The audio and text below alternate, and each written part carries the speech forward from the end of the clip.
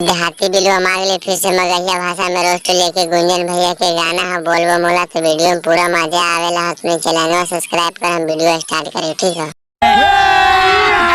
अभी मजा आएगा ना। बहन चो बोल बम ले जो चाहे देवघर ले जो, तोर माले हो तो बहन चो हम की करी, तू एक पाप बढ़े।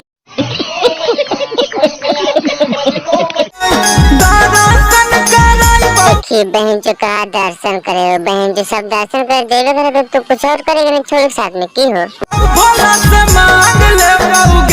कोची मांग में गुंजन भैया भोला से बेटा की बेटी हो। की बहन से सब बाल बच्चा मांगे गेले, की बहन छोड़ी एक मांगे गेले गुंजन भैया, कितना पागल है वो। जलवा चढ़ा की करनी हो गुंजन भैया, आगे बोलते जड़ी समझ में ना आ रहा हमरा। जे करे गुंजन भैया देव घेर ले गेले ही, छोड़ी के सिंदूर डाली जे मांग भरी तो जे मन उ करी, लेकिन जलवा ढाल देने तो बहुत पाप चढ़ते हो। छोड़ी देवा घर मंदिर में तो हम जान रहे देवघर मंदिर में तू सिंदूर डाल के ले सुइया पहाड़िया सब चढ़ा दही ले भाई भोला जी से कोचिले में गुंजन भैया आगे बता जड़े हम सुन ले।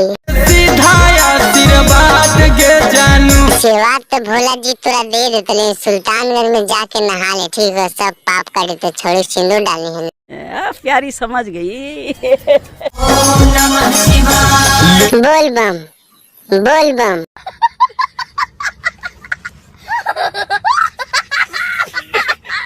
भाई वीडियो मजा आले है तो जल्दी चैनल सब्सक्राइब कर ले, हमरो सपोर्ट करे। बड़ी गरीब के चैनल भाई एकदम भला हो तो, ठीक है। वीडियो के लाइक शेयर कमेंट एकदम दबा करे, ठीक है। दोस्त के पास शेयर करी और कमेंट में लिख के गाना पे ले बना के।